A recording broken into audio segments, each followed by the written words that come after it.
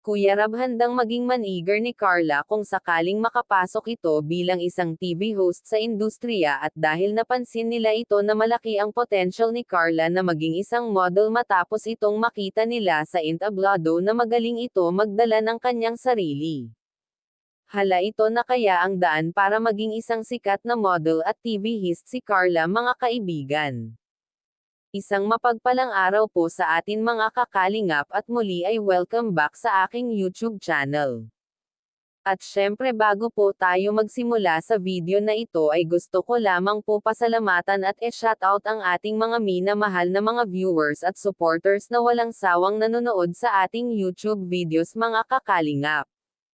At syempre bago po tayo magsimula sa video na ito ay wag po kalilimutan suportahan si Kalinga Prob at ang ama nito na si Val Santos Matubang. Actually po mga kaibigan si Carla po ay maraming talent.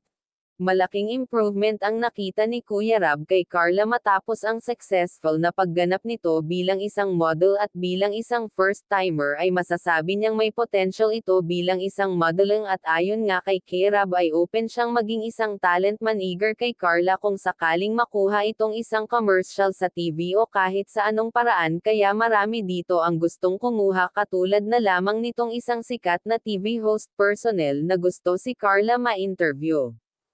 Katulad ni Kuya Rab na gustohan at nakitaan din nito si Carla ng potential bukod kasi sa maganda na ito at matalino kaya ay magaling daw ito sa lahat ng bagay ngayon ay makikita natin sa video na napakagaling niya maglakad sa taas ng entablado at talented ito parang hindi niya first time ngayon magrampa. At dahil sa mga taglay niyang angkin talino ay pati ang sikat na TV host ay gusto si Carla ma-interview sa lalong madaling panahon.